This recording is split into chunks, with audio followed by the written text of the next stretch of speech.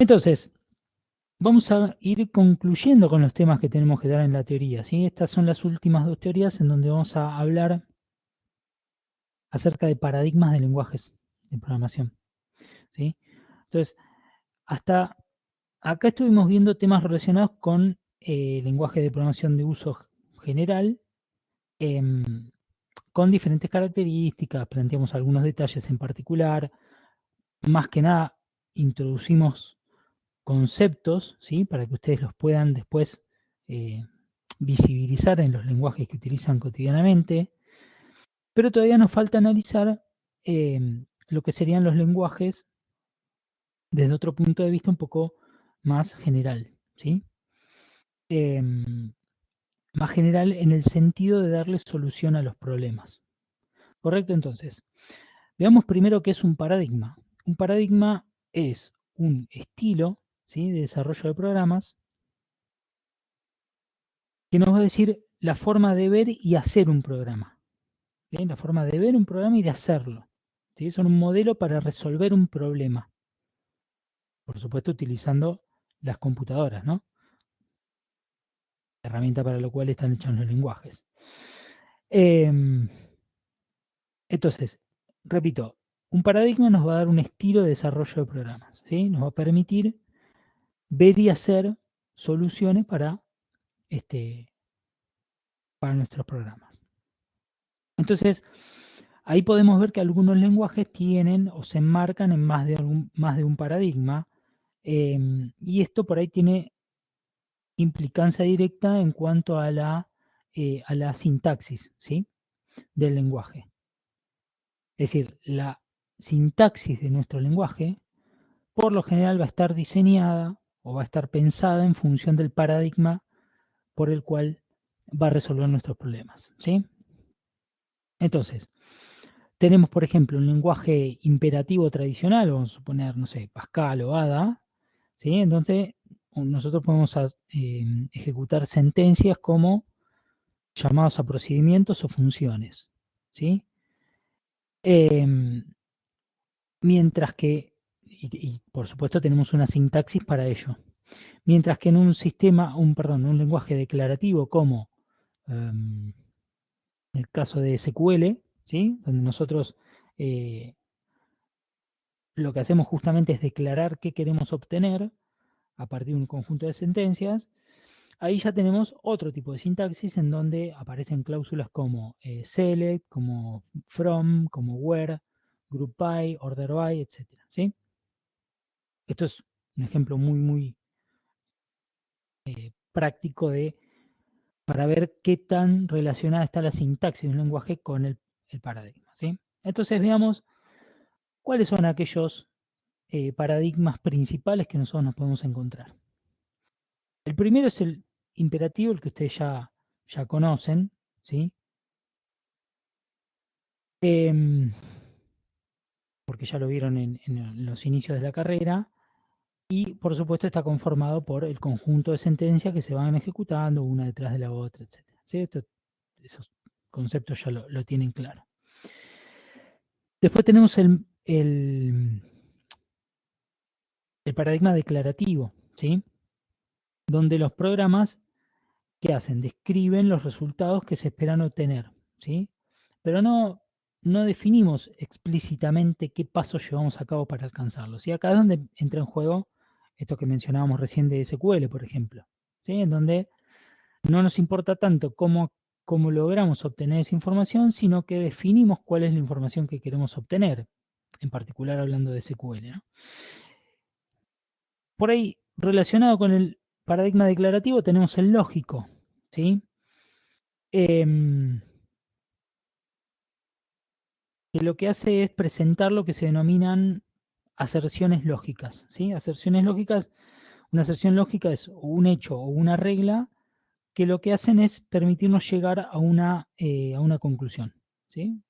Un hecho siempre se va a tomar como algo verdadero, y una regla me va a permitir me va a permitir justamente definir todas estas cuestiones, estas combinaciones de hechos y reglas, y nos va a permitir justamente llegar a esta conclusión a la que aspiramos. Después vamos a adentrarnos un poquito más en este paradigma para que ustedes lo conozcan en más detalle.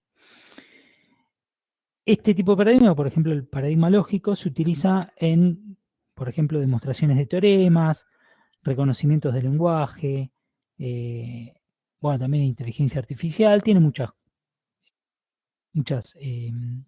aplicaciones, si se quiere. Bueno, también existe lo que se denomina paradigma funcional, ¿sí? Donde acá pensamos al programa como un conjunto de funciones, pero no como un conjunto de funciones en cuanto a lo que ustedes conocen como una función en un paradigma imperativo, ¿sí? Donde ustedes ejecutan una serie de instrucciones y devuelven un valor, o devuelven incluso más de un valor en el caso de que el lenguaje lo permita, sino que hace referencia al concepto de función matemática, ¿sí? Donde siempre para la misma entrada, una misma entrada de parámetros, vamos a decirlo de esta manera, se tiene que devolver un mismo resultado, ¿sí? No debe haber una... eh, no puede haber valores distintos para una misma entrada, ¿sí? O no puede dar en un momento una cosa y después otra para una misma entrada, para un mismo parámetro de entrada, ¿sí? En principio, al principio, cuando se empezaron a utilizar este tipo de lenguajes, se usaban mucho para definir rutas aéreas, bueno, cuestiones más relacionadas con cuestiones de inteligencia artificial, y hoy son más usados para uso general, ¿no? Pero bueno, es más que nada una acotación. Después tenemos el paradigma orientado a objetos. Perdón, sobre el paradigma funcional también vamos a hablar un poquito, seguramente la clase que viene.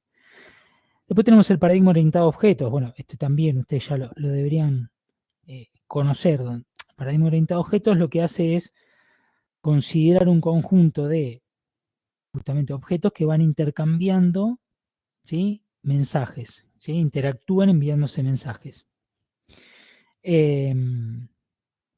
Y por lo general estos lenguajes son de propósito general, ¿sí? Entonces estos 4, si se quiere, o 5, incluyendo al paradigma lógico, podrían ser los principales paradigmas que se manejan hoy en día, ¿sí? O al menos conceptualmente. Después, si hacemos una clasificación ya de índole más actual, podemos enunciar lo que se conoce como paradigma orientado a eventos o dirigido por eventos y orientado a aspectos, ¿sí? Cuando hablamos de dirigido por eventos, acá el flujo del programa, el flujo de la ejecución de un programa se da o está determinado por una serie de sucesos que se dan externamente, ¿sí?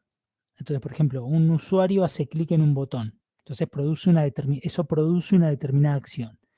¿El evento cuál fue? Bueno, justamente el de hacer clic sobre un botón. Y eso dispara un procedimiento, una función o un conjunto de instrucciones, ¿sí?, que hacen que el sistema reaccione y produzca un resultado, ¿sí?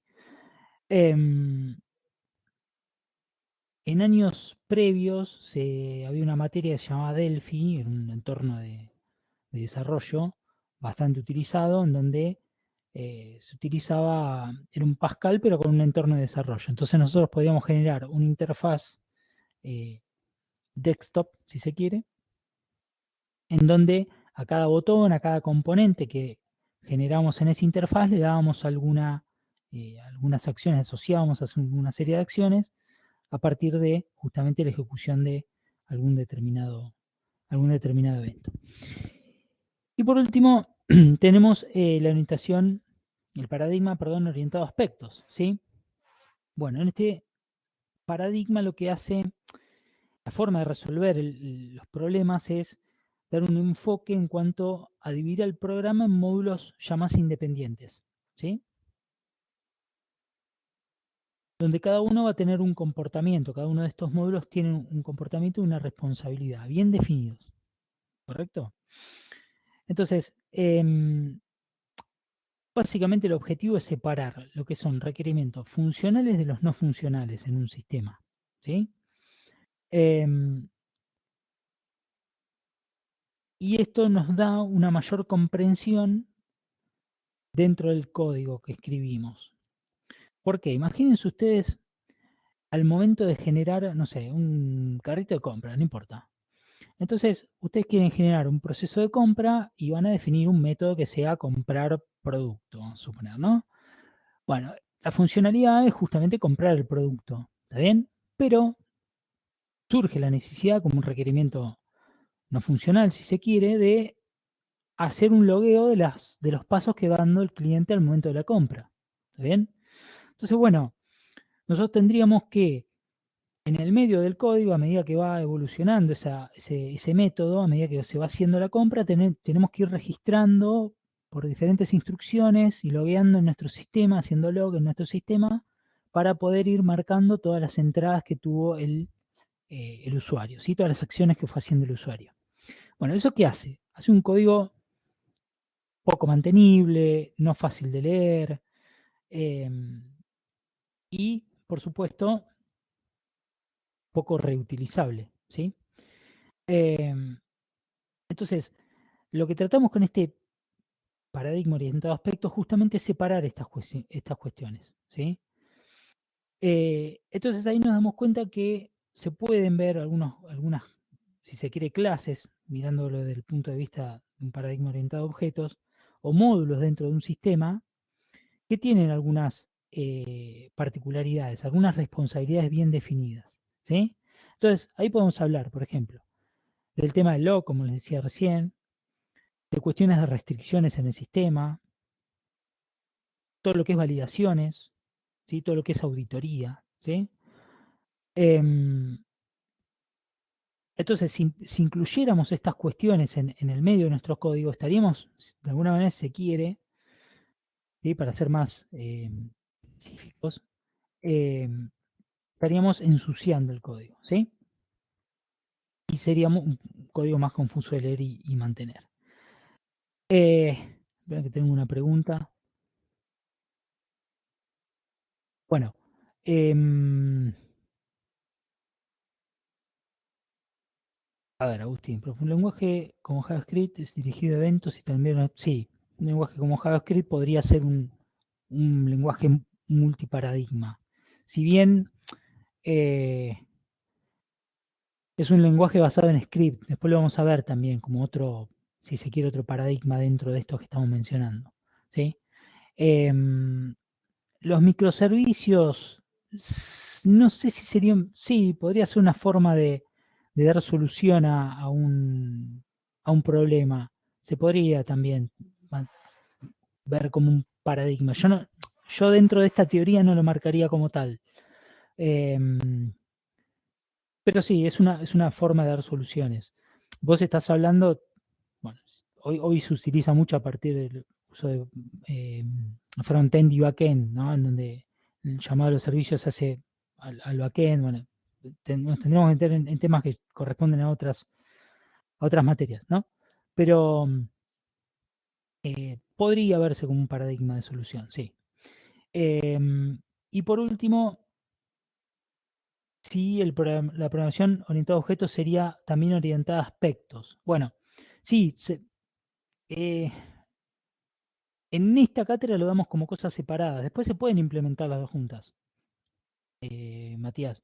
No habría inconveniente en este sentido, porque de hecho muchos lenguajes proporcionan librerías o herramientas para justamente incorporar este concepto que nosotros abordamos como programación orientada a aspectos, ¿sí? Entonces, nosotros damos conceptualmente estas definiciones de paradigmas para que ustedes las puedan identificar.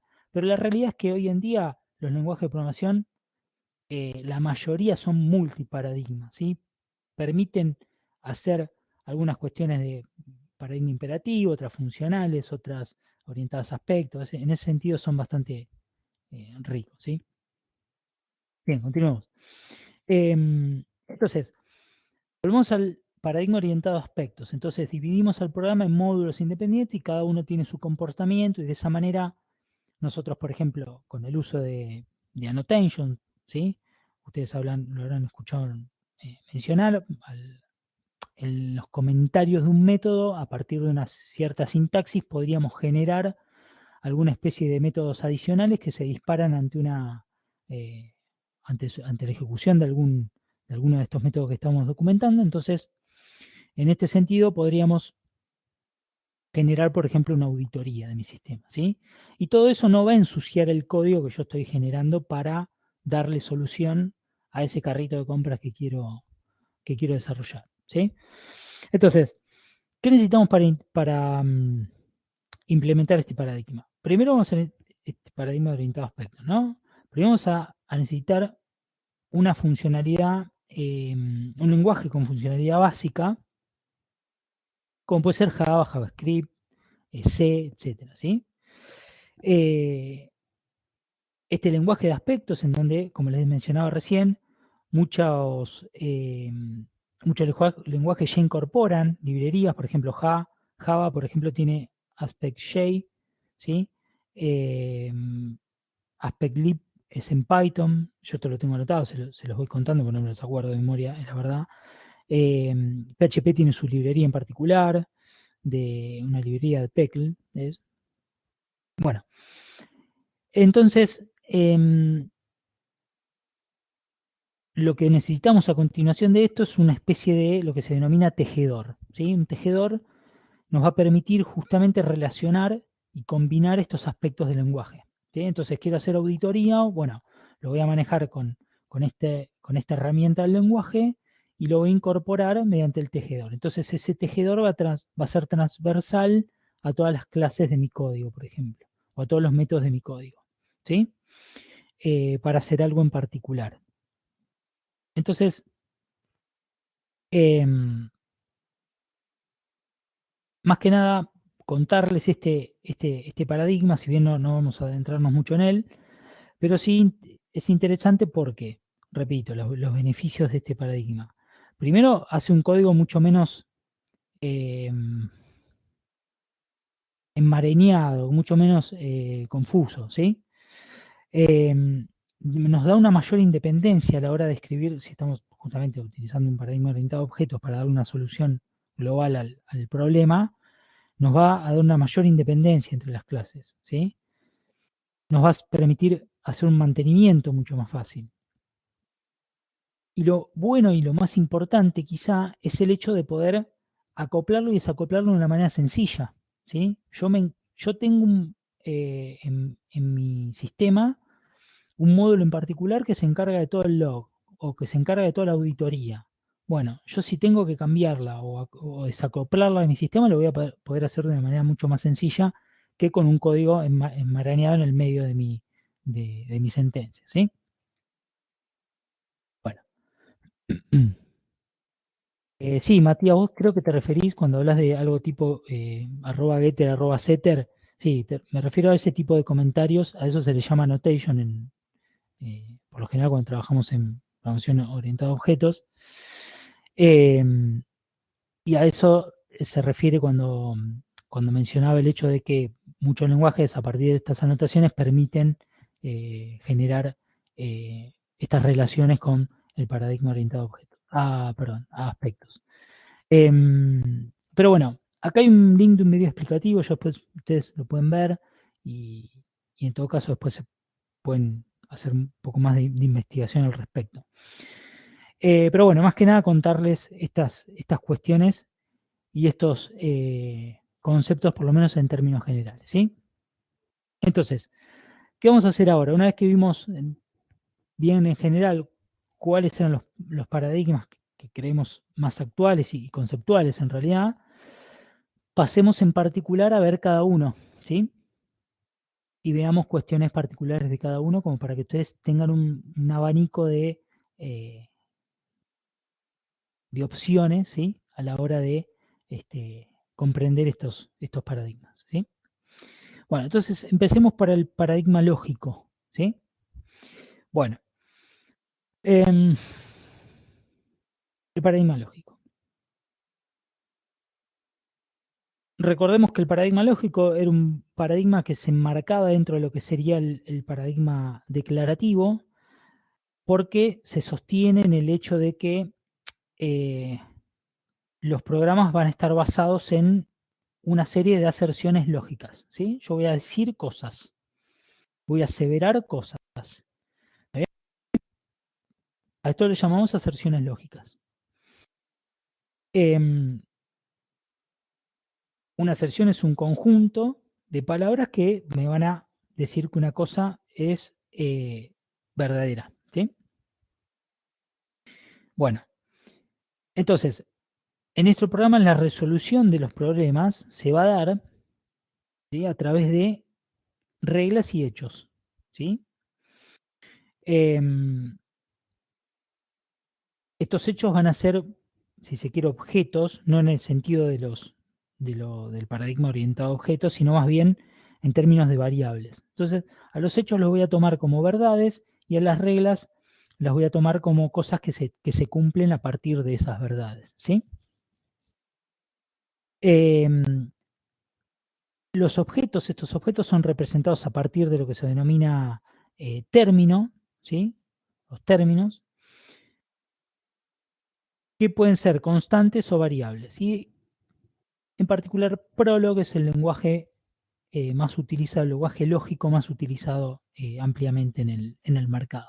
¿Está bien? Bueno, entonces empecemos a ver cuáles son los elementos de la programación lógica, ¿sí?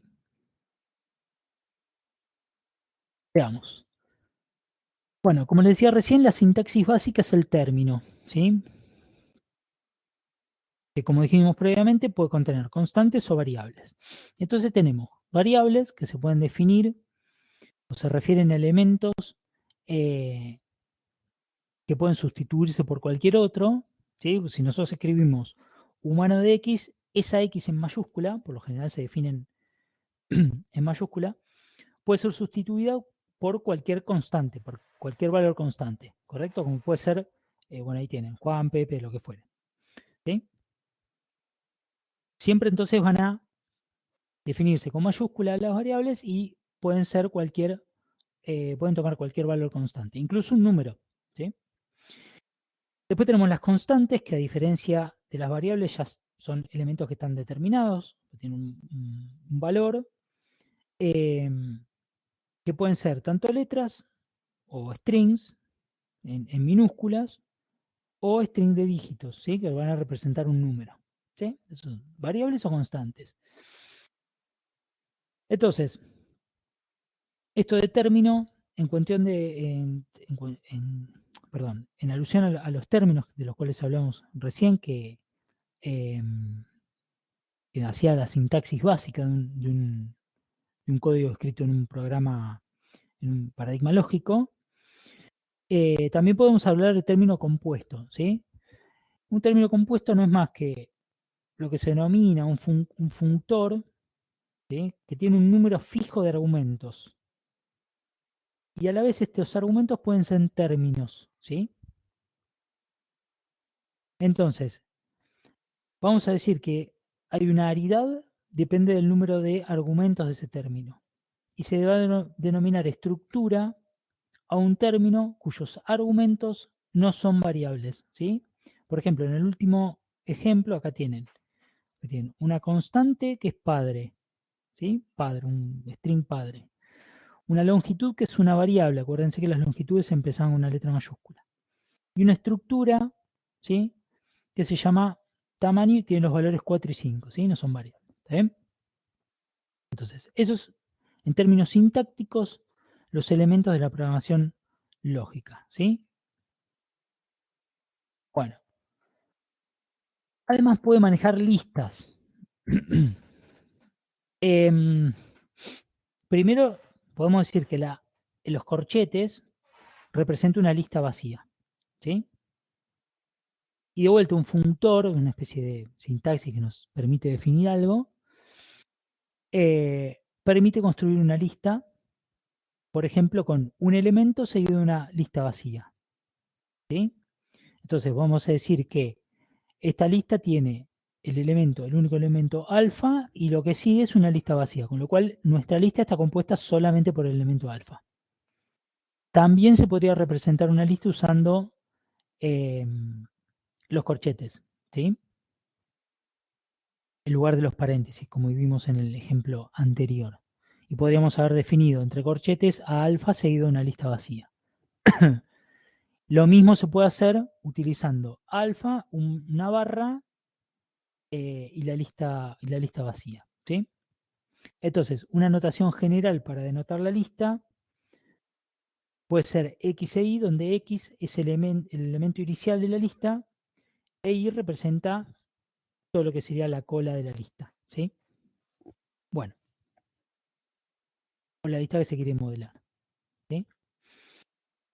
Bueno, otros de los elementos que nos permiten utilizar una paradigma, en este caso Prolog, pues ya nos estamos adentrando puntualmente en este lenguaje, es la cláusula de OR. A ver, primero, un programa va a estar escrito por un conjunto, una secuencia, ¿sí? Es una secuencia de cláusulas. Estas cláusulas pueden ser hechos o reglas. ¿Está bien? ¿Qué es un hecho? Bueno, un hecho va a representar relaciones entre objetos y siempre va a ser una verdad, se acepta como verdadero. ¿Sí? Van a ser expresiones del tipo, ¿sí? Los términos, que pueden ser del tipo P, una tupla, ¿sí? Con una serie de valores. ¿Está bien? Entonces podríamos decir que el coche tiene ruedas, que vacío tiene longitud 0, ¿sí? Veamos. Bueno, justo acá no aparecen los ejemplos. Esperen que si puedo se los escribo en la pizarra. Denme un segundito.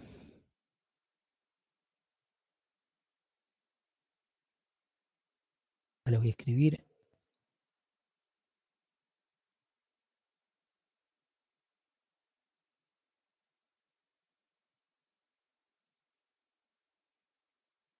¿Sí? Esto significaría en un lógico que el coche tiene ruedas. ¿Sí? Esto es una verdad. Esto es un hecho. ¿Sí? Esto se acepta como verdadero. ¿Sí? Eso es lo que quería mencionar recién, que la transparencia no aparece bien. Déjenme que les comparta de vuelta.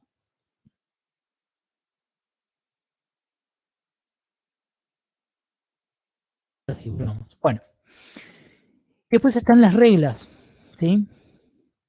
Y esta cláusula de OR. ¿Qué es lo que dice? Tiene una conclusión, 2 puntos y una rayita y una condición. Esta es la sintaxis en Prolog, ¿sí? Ese 2 puntos y rayita indica un sí. Es una condición seguida de una conclusión. Es un sí entonces, ¿sí? Como cuando lo vieron en lógica. Sí, P entonces Q. A eso se refiere.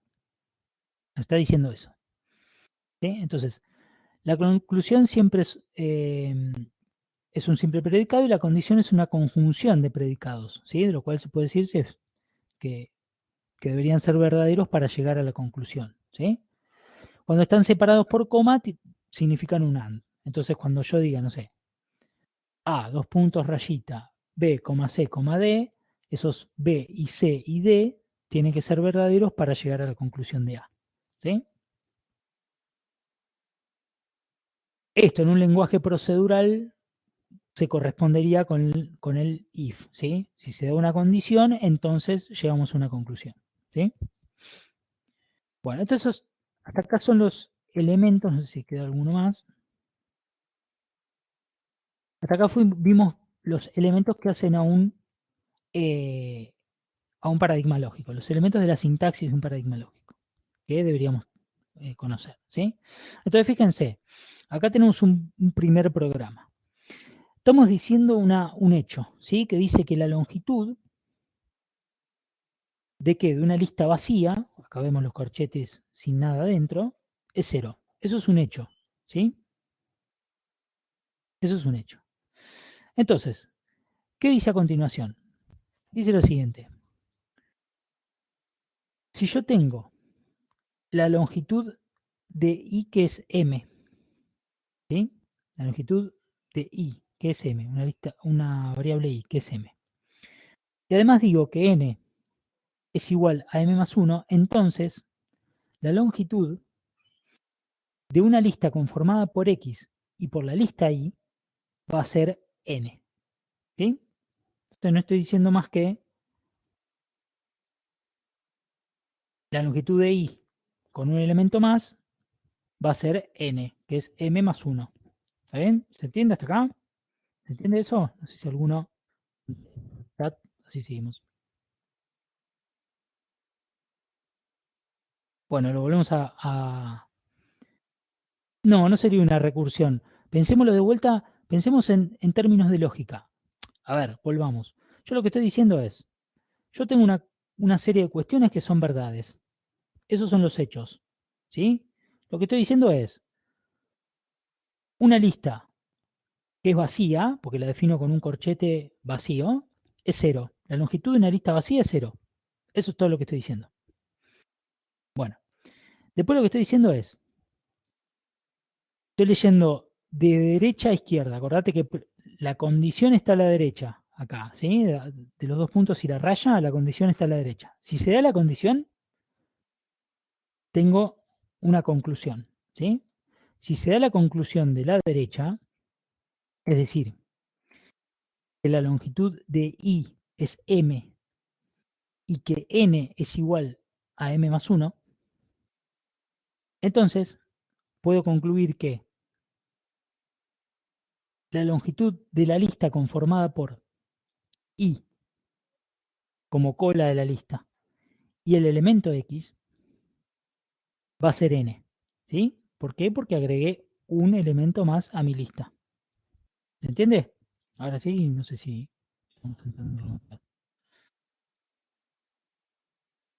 Volvamos a verlo por última vez. Digo lo siguiente. Si se da, si tengo la longitud de I, la longitud para la lista I, que es M, ¿sí? La longitud de la lista I es M.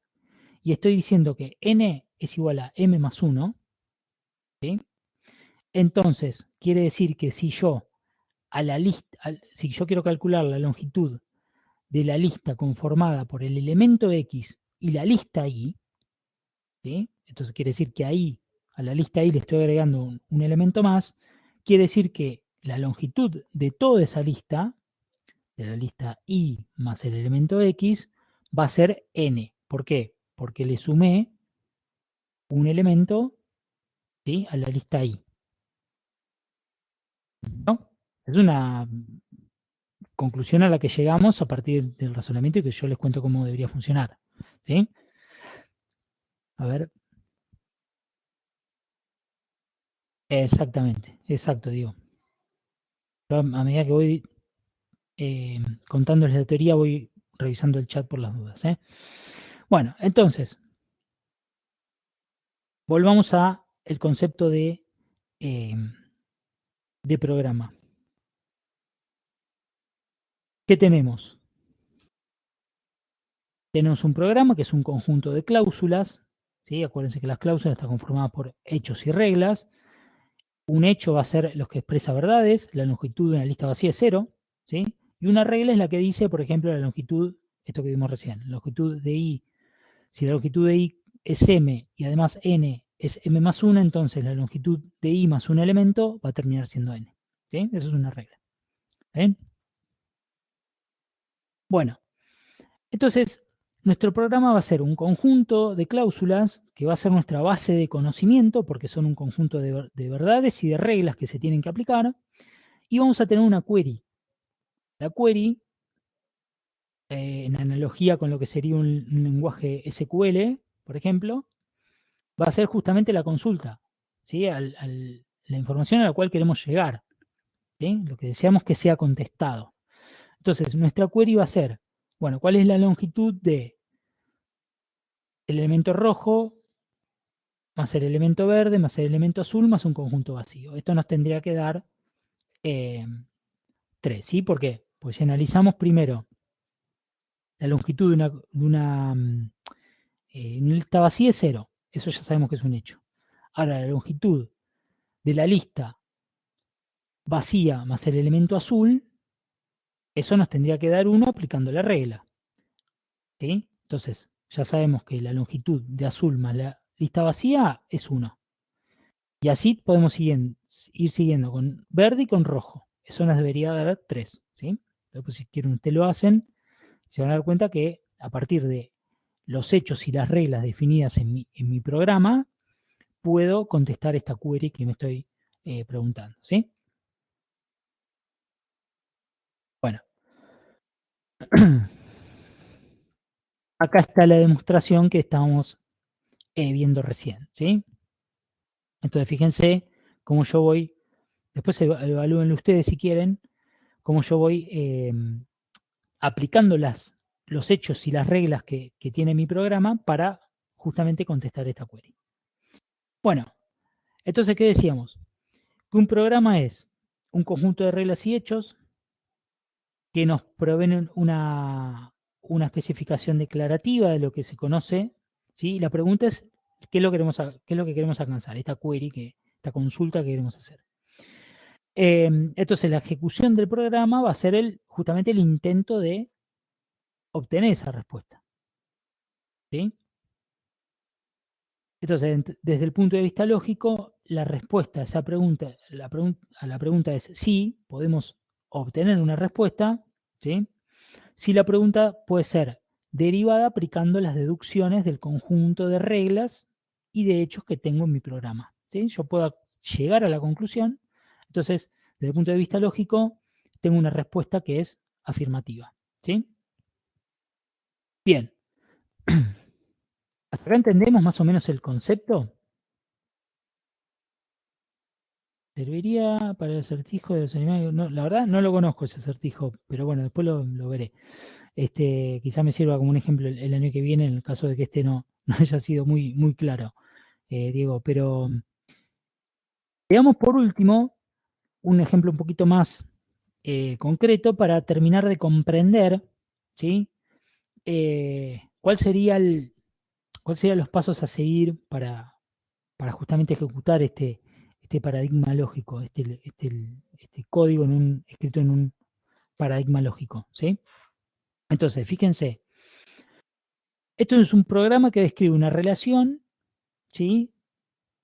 Y una clausura, ¿sí? Relación y clausura se llama.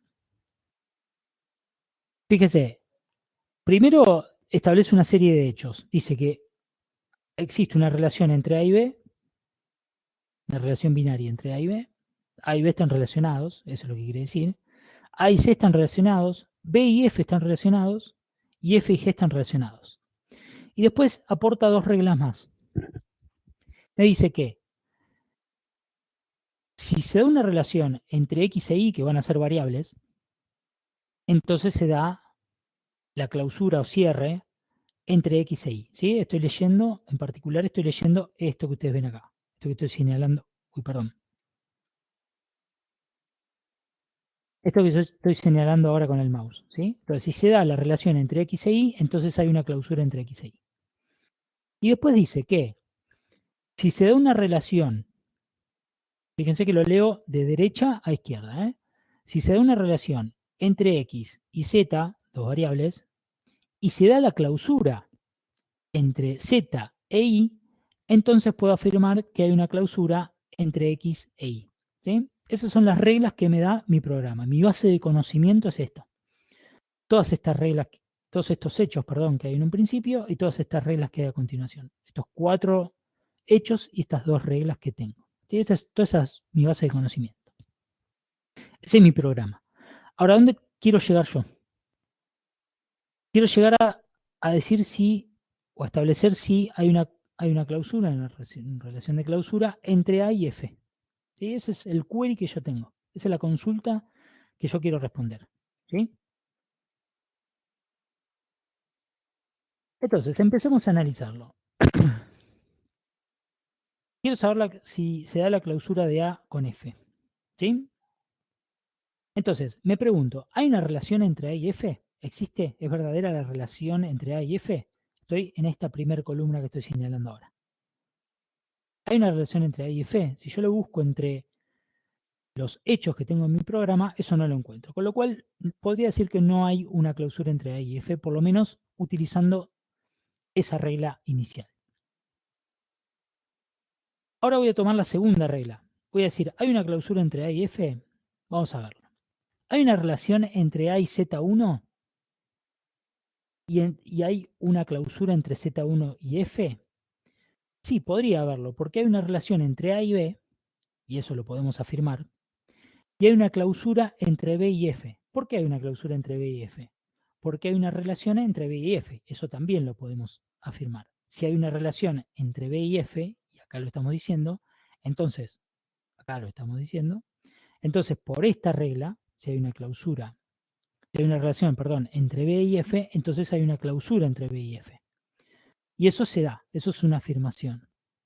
Entonces, al haber una clausura entre B y F, y al haber una relación entre entre A y B, entonces podemos afirmar que hay una clausura entre A y F. Y entonces la respuesta es afirmativa. ¿Sí? ¿Se dan cuenta cómo fue evolucionando si se quiere, mi deducción a partir de las reglas eh,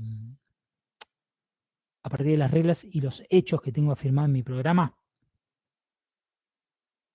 Sí, el signo de pregunta es para ejecutar una query, sí. Ustedes después yo en algún momento hacía ejemplos, pero lo que sucedía es que a veces fallaban y dependiendo de la versión del lenguaje que tenía, bueno, etcétera. Y no quise hacer más, pero sí, en Prolog para definir una query lo haces con el signo de pregunta. Hay tutoriales por todos lados, esos chicos pueden hacer pruebas. Lo importante es que sepan más o menos cómo funciona en realidad un lenguaje que implementa un paradigma lógico, ¿sí?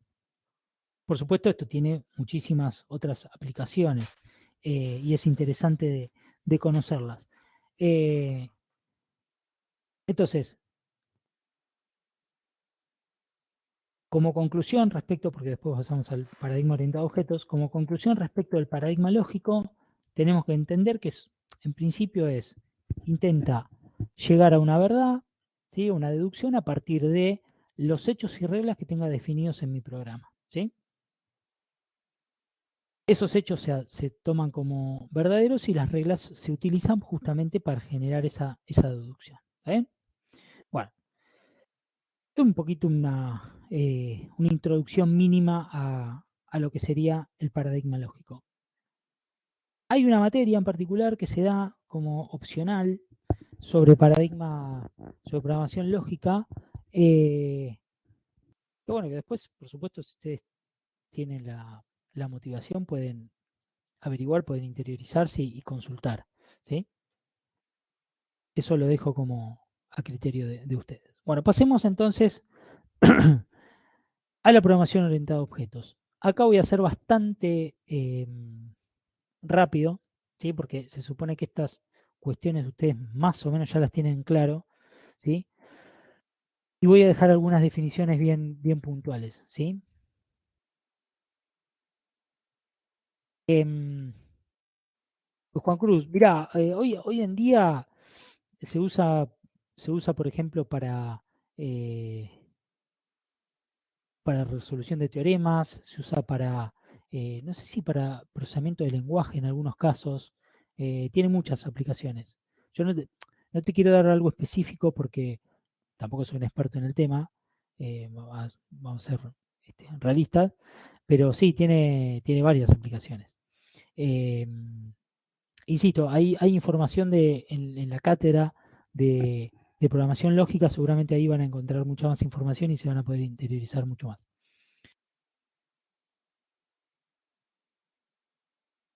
Bueno, pasemos entonces déme un segundito que le hago le envío un mensaje a la profesora que me está preguntando algo y ya continúo con ustedes.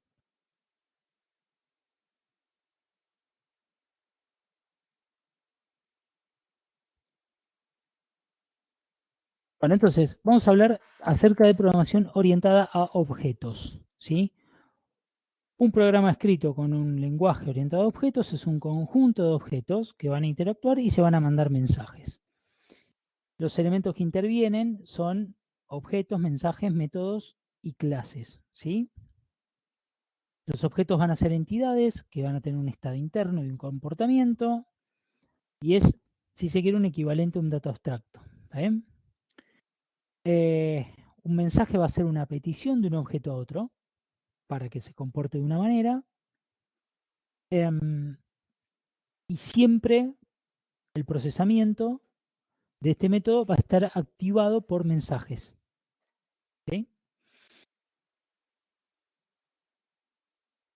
Bueno, un método va a ser el programa o un conjunto de instrucciones asociado a un objeto, ¿sí? Y hay que decir que la ejecución de ese método va a estar desencadenado, va a estar eh, sí, instanciado o eh, disparado por la recepción de un mensaje, ¿sí? Entonces va a haber un objeto A que envía un mensaje a un objeto B, ese objeto B lo recibe y ejecuta un método a partir del mensaje recibido, ¿sí? Todo esto ya entiendo que lo saben. Una clase es un tipo, podría verse como un tipo definido por el usuario, ¿sí? Que va a determinar la estructura de datos y las operaciones asociadas con ese tipo. Cada objeto va a pertenecer a una clase y va a recibir su funcionalidad, ¿sí? Entonces, ahí ya tenemos un primer nivel de abstracción, como el que habíamos visto las clases pasadas en la teoría de tipos, donde tenemos una estructura, un comportamiento, podemos proveer ocultamiento también. Entonces, la información contenida en el objeto solo puede ser accedida por la ejecución de los métodos correspondientes, ¿sí? Esto es lo que debería suceder. Una instancia de una clase es un objeto en particular, ¿sí? Asociado a una clase, un objeto instanciado en memoria asociado a una clase, y esta instancia es un objeto individualizado por los valores que toman los atributos, ¿sí? de ese objeto, ¿sí? De esa clase en particular. ¿Está bien? Todo esto ya ustedes ya lo saben.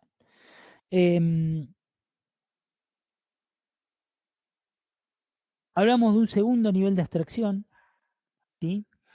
Que consiste en justamente agrupar las clases allá ahora en jerarquías, ¿sí? Entonces estamos hablando de generalización y herencia, ¿sí? Entonces, agrupamos las clases en jerarquías y entonces acá las clases inferiores se heredan propiedades de las superclases, ¿sí? Todo esto agrega un nivel de abstracción más a lo que sería un tipo de dato abstracto, ¿sí? Bueno, entonces ahí podríamos dar un ejemplo donde persona tiene un nombre, edad, sexo, documento, dirección, teléfono y un empleado es una persona, ¿sí?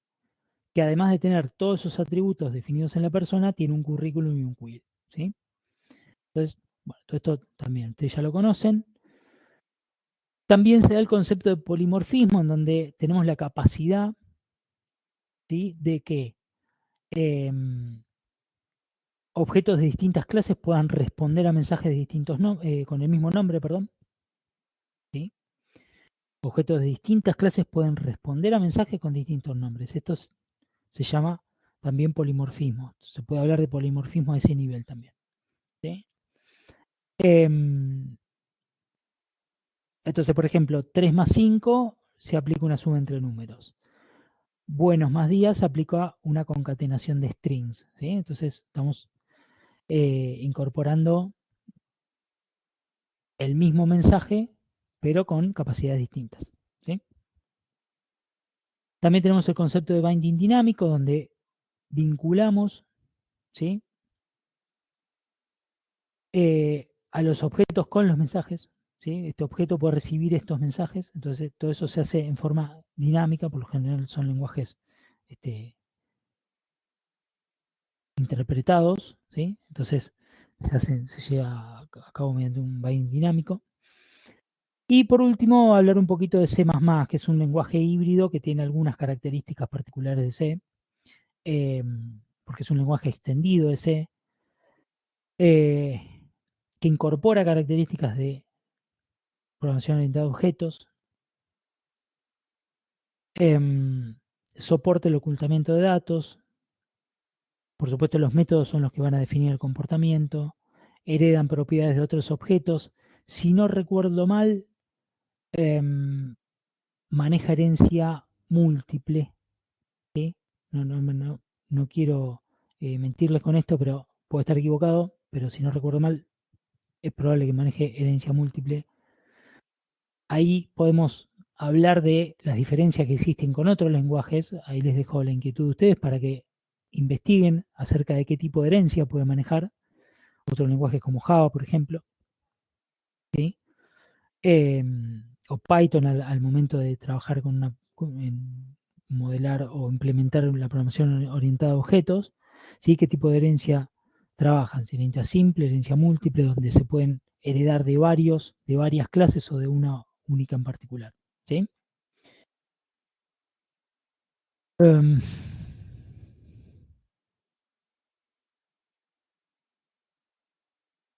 bueno, pasemos entonces a los lenguajes basados en script, ¿sí? Eh, Primero podemos hacer un análisis de los lenguajes convencionales. ¿Por qué adoptamos este módulo dentro de la teoría, por decirlo de alguna manera, esta subcategoría dentro de la teoría? Bueno, pues son lenguajes que hoy son ampliamente utilizados, ¿sí? Entonces nos pareció interesante abordarlos desde la óptica de la materia. ¿Qué pasa con los lenguajes convencionales?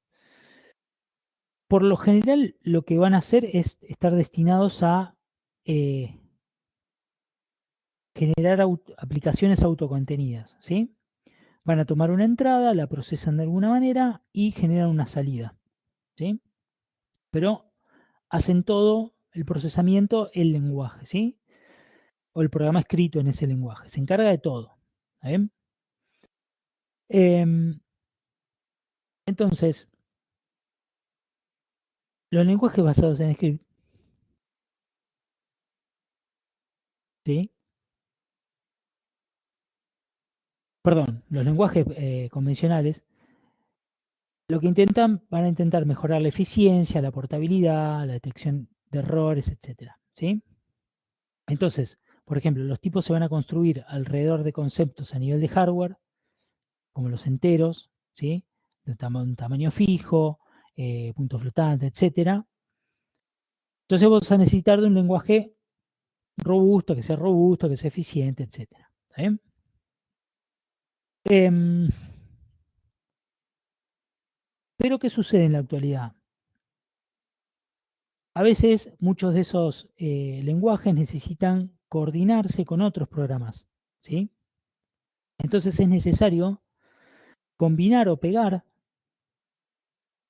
otros programas de alguna forma para poder interactuar con ellos, para poder seguir dando solución al problema que tenemos que resolver, ¿sí?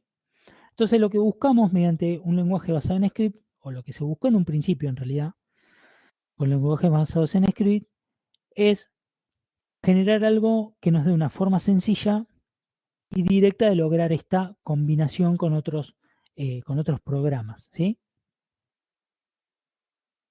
Em, entonces, en un principio lo que eran los lenguajes basados en script eran, si se quiere, un conjunto de comandos, ¿sí? Que eran interpretados, y ese conjunto de comandos que estaban escritos en un archivo se los denominaba script, ¿sí? Entonces, desde un programa en particular, no sé, desarrollado en Delphi, vamos a ponerlo, o cualquier otro, hacíamos un llamado a ese script, ¿sí? Como un llamado, una llamada al sistema operativo, y entonces de esa manera, si se quiere, combinábamos o eh, pegábamos partes de códigos de otros lenguajes a nuestro programa y generamos soluciones más generales, ¿sí? Que abarcaban más posibilidades, ¿correcto? Ahora, ¿qué pasó? A partir de la evolución de estos scripts se le fueron agregando variables, flujo de control, ¿sí? Fueron escalando hasta que lo que hoy se conoce como lenguaje de programación totalmente completos, ¿sí? Que son los que se conocen actualmente y pueden ser Python, PHP, JavaScript, etcétera, ¿sí? Entonces, ¿qué pasa? Estos lenguajes lo que nos permiten es mejorar la flexibilidad, el desarrollo rápido, un chequeo dinámico, ¿sí? De los sistemas actuales y generar nuevos sistemas, ¿sí? Ya que son fáciles de desarrollar y, si se quiere, de mantener también, ¿sí? Porque incluso nos incorporan sistemas de tipos donde tenemos tipos de más alto nivel, donde podemos trabajar con patrones, con archivos, con listas, con tablas, ¿sí? Todo esto lo fueron incorporando a medida que fue pasando el tiempo. Bueno, claro, exactamente. En un principio era lo que se conocía como un fallo. Bueno, entonces, el creador de TLC, que fue uno de los primeros lenguajes basados en script, dice, los lenguajes script asumen la existencia de componentes útiles en otros lenguajes. Su intención no es escribir aplicaciones desde el comienzo, sino por combinación de componentes. Esto es lo que se pensaba en un principio, ¿sí? Pero ¿cuáles son los objetivos de los lenguajes basados en script? Se utilizan para pegar y combinar programas. Yo tomo un script de un lado, un script de otro, y los voy acoplando, los voy combinando y pegando de alguna manera, y de esa manera voy obteniendo desarrollos rápidos y evoluciones rápidas, ¿sí? Por lo general están asociados a editores livianos. Hoy la realidad es que desde un editor de texto común y corriente ustedes podrían generar un script en JavaScript y correrlo en Node.js, ¿sí? Sin ningún inconveniente. En general son interpretados, ¿sí? Y requieren algunas cuestiones asociadas a la eficiencia, pero la realidad es que hoy en día no generan un problema en ese sentido, ¿sí? Eh, y tienen una muy buena funcionalidad en cuestiones bien específicas. Después vamos a ver cuáles podrían llegar a ser. Suelen conocerse estos lenguajes como glue languages, lenguajes de pegado, si se quiere, ¿sí? Entonces se hicieron para pegar estos programas, estos scripts, y generar programas más grandes, ¿sí? Eh, entonces se utilizan como lenguajes de extensión que nos permiten adaptar y extender las funcionalidades, ¿sí? Bueno, um, ¿cuándo nos permiten hacer un desarrollo y una evolución rápida? Bueno, por lo general se escriben y ejecutan una única vez como una secuencia de comandos. Ustedes sabrán que, por ejemplo, PHP, cuando se llama un archivo, se ejecuta todo el script o lo que se tenga que llamar y después aparece en memoria hasta que es vuelto a llamar, un script de PHP, por ejemplo. Bueno, dijimos que ya estaba asociado a editores livianos y pueden ser escritos en procesadores de texto simples, ¿sí? Son interpretados, ¿sí? Acá no genera tanta importancia la velocidad de ejecución, ¿sí? ¿Por qué? Porque de alguna manera, si se quiere, ganamos tiempo en todo lo que nos proporciona a nivel de, por ejemplo, estructuras de alto nivel, eh, tipado dinámico, etcétera, ¿sí? Eh, bueno, son buenos, por ejemplo, para procesamiento de strings y generaciones de reportes, por ejemplo, al usar expresiones regulares, ¿sí? Habíamos dicho que tenían tipado dinámico.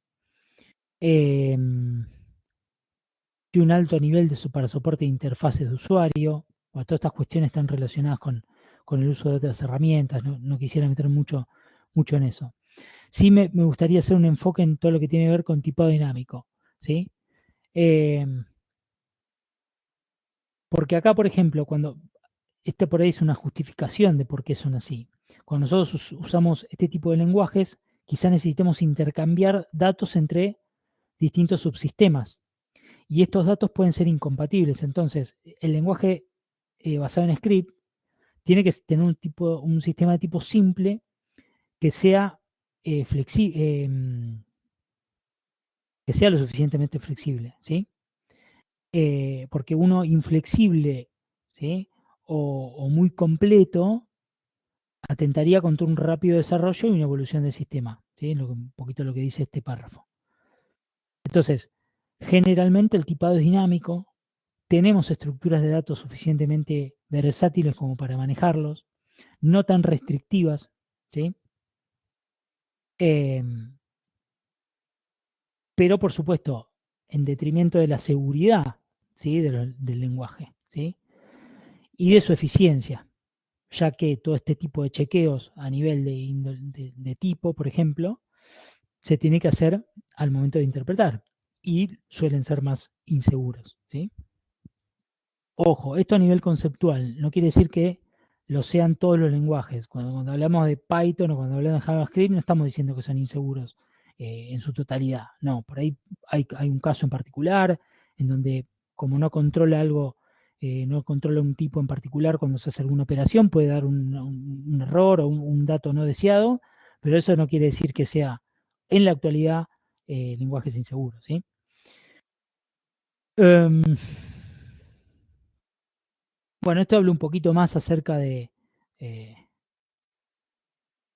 de las particularidades de los lenguajes basados en script, eh, en donde por lo general las declaraciones son a medida que se va escribiendo, ¿sí?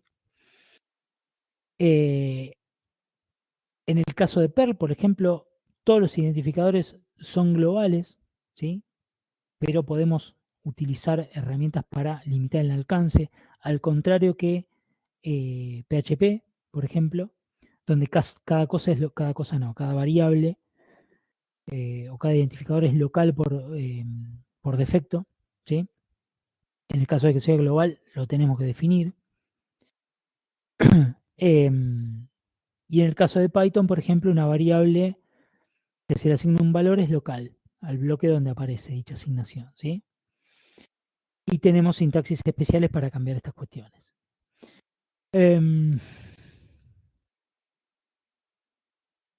Hablamos de tipificación dinámica, que por lo general es la que utilizan. Eh, el tipo de variable por lo general es chequeado inmediatamente antes de su uso. Bueno, acá habla un poco de la evolución, de cómo fueron evolucionando estos lenguajes y cómo hacen los chequeos de tipos. Esto, por supuesto, corresponde a ustedes estudiarlo en cada caso, pero hoy en día están bastante evolucionados en ese sentido. Son interpretados, esto ya lo mencionamos. Bueno, acá hay un ejemplo en donde tenemos, por ejemplo, que tenemos un ejemplo en Perl, donde A es igual al string 4, ¿sí? Entonces, print A.3 es una concatenación, ¿sí? En PHP creo que es igual la sintaxis. Y A más 3 es la suma, ¿sí? Donde la operación es la suma. ¿Sí? Entonces, la salida de uno va a dar 43, la salida de otro va a dar 7. Es un ejemplo que ustedes conocen y habitualmente, seguramente a la hora de programar, se encuentran con estas cuestiones. Bueno, como les decía, nos dan un conjunto de tipos de datos, ¿sí? Que podríamos manejar y utilizar y son bastante versátiles, nos proporcionan conjuntos, diccionarios, listas, tuplas, ¿sí? Por lo general son muy ricos en ese sentido. ¿Por qué? Porque nos ayudan a ser rápidos en cuanto a la evolución de nuestro código, ¿sí? Al desarrollo, ¿sí? Tenemos que ser rápidos en términos de escritura, entonces nos proporcionan herramientas para hacerlo.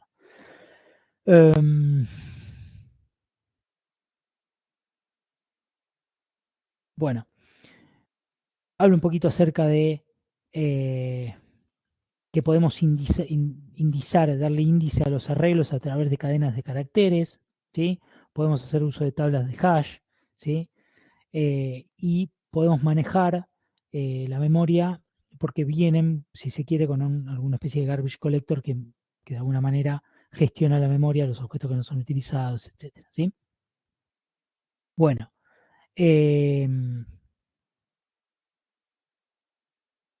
algunas aplicaciones, lenguaje de comandos, esto ya algún alumno ya hizo alguna mención con Bash, procesamiento de texto, generación de reportes. En matemática y estadística suele utilizarlo, MATLAB es el entorno donde ustedes podrían utilizar este tipo de lenguajes también. Y, por supuesto, se utiliza tanto en el desarrollo de aplicaciones, aplicaciones web, ¿sí? Desarrollo de interfaces CGI, script, ¿sí? Embebidos en servidores, embebidos en clientes, interpretación o procesamiento de archivos XML, por ejemplo. ¿Sí? Esos son alcances comunes a lenguajes basados en script, ¿sí? Con los cuales se podría trabajar perfectamente. Bueno, acá hay un ejemplo bien sencillo de cómo, por ejemplo, incorporar cómo este glue language, este lenguaje de pegado, ¿sí? A un lenguaje como HTML, que por supuesto, nos permite diseñar páginas web, ¿sí? Le da cierto dinamismo a esa página a partir de la incorporación de un script, escrito en JavaScript. Acá lo único que hace es cuando se, cuando se hace clic en un botón, ¿sí? Acá tiene un input type button, ¿sí? En este botón, usted le va a aparecer en una pantalla un botón y al hacer clic ahí va a tirar un mensaje de alerta hola mundo, ¿sí? Entonces, a partir de este ejemplo bien básico, que ustedes ya lo han hecho 1000 veces, tienen ejemplo de cómo se van incorporando, cómo voy agregando un componente a este programita que podría ser la página HTML, ¿sí?